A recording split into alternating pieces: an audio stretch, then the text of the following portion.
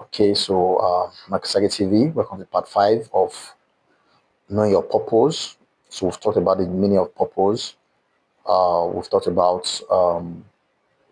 why some people don't know their purpose yet. And we also talked about what you need to do to know your purpose.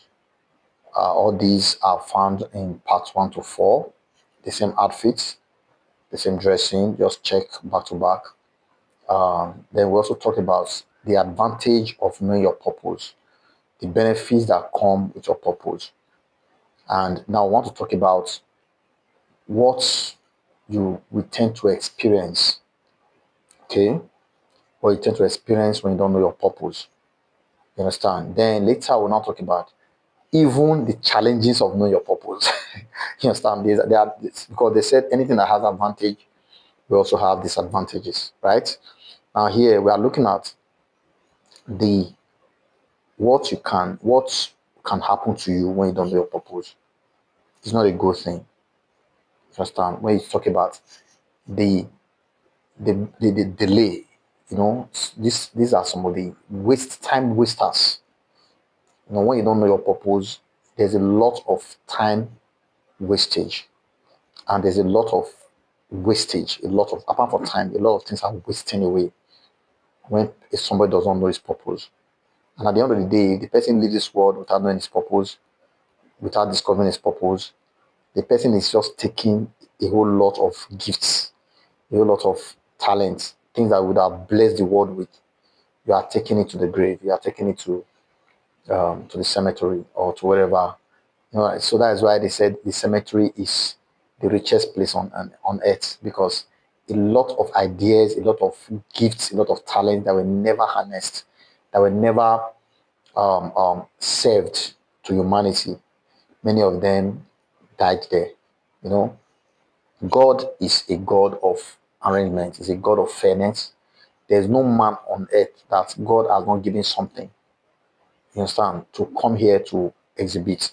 There's no man. Your own can be healing, mine can be teaching, the other person can be prophesying, the other person can be leadership, the other person can be kingship. We all have a reason why we are here. Some people, their own is just counseling. By the time they sit with you, just sitting with you alone, they discuss with you. You get yourself. You get it? Some people, their call is just banking. Like, they know how to manage your money. If you are scared, if you are worried about, oh, I have money, I don't know how to don't know what to do with it.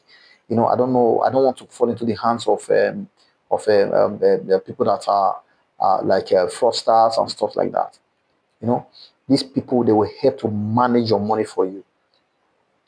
Some people that are not calling to banking, when you walk into the banks, if you see them, you will know that this person is not a banker. He's just here because of the money. They are not, I told you, I said one of the advantages of your purpose is that you have joy in your heart. You'll be happy doing what you're doing because your purpose gives you life. It's just like the way the purpose of fishing or the fish is to swim, right? So as they are swimming, they are enjoying it. Like the birds, when the birds are flying in the sky, that is their purpose. Their purpose is to fly, is to extend their wings.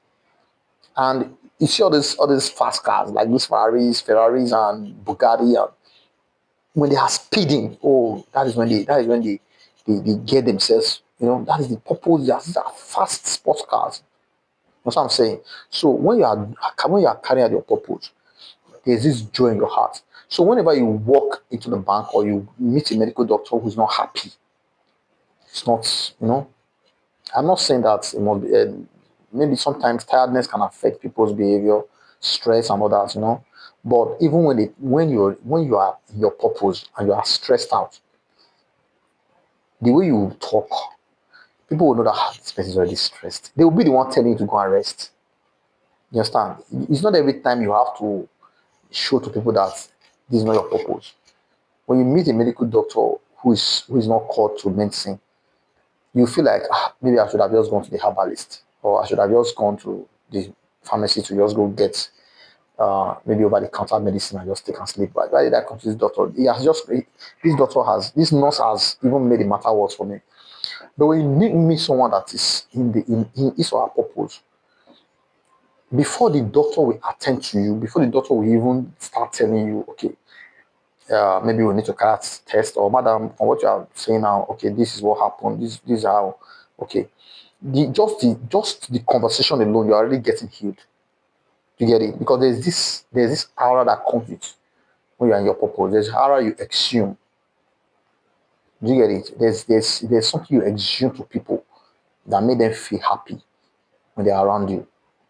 A teacher that is in the purpose, that is called to teach, children cannot wait to come to his class, to our class the next day. Like some some would call her a bitty teacher, a teacher that is always harsh. Even at that, even the teacher is strict. You get it? Children will love to be into our class. Now this person is called to teach, but a teacher that is not called to that profession, that's just there because he wants to make ends meet. Children, they'll feel miserable. I'm telling you the truth. They're like, I don't want to go to school today. Why? Because my teacher, I'm not comfortable with my teacher. Especially those that can talk. Imagine your child is now in the class of the child that cannot talk, a baby that is in such a class. That child cannot even express himself or herself yet. Why the ones that can talk will tell you, I don't like my teacher. Why? What happened? She doesn't even have time for us. Anytime you want to seek help from her, she will not attend to you because she's overwhelmed. She, she doesn't have the call for it. That's not her purpose. Maybe she's supposed to be somewhere selling fabrics, or maybe she's supposed to be in the train station attending to passengers. Maybe she's supposed to be in the X sector. Maybe she's supposed to be in the generic sector. Maybe you're supposed to be a nurse or medical doctor, and now you are attending to. Do you know what's the work of teaching about? Do you know that teaching is something that you really need to, like, seriously? You think teaching is something that you just jump into? It's just like pastoral work. In fact, teaching is pastoral work. You're a pastor. You're like Moses. Any job that involves people, managing people, bringing out the best in people, that's pastoral. So if you are not called to it, please don't pick teaching work. I don't even know what's happening to HR in the teaching sector. I don't know what's happening to them.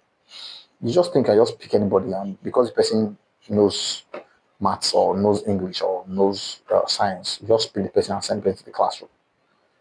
Please. It's more than just knowing that having knowledge, head knowledge of something. Teaching work is something that, maybe because I'm from that field, I can talk more about it. It's more than just having the knowledge. It's building lives. It's building the future. To get it? So if you are not called to that thing, it will be a problem for you. Let's go to part 6.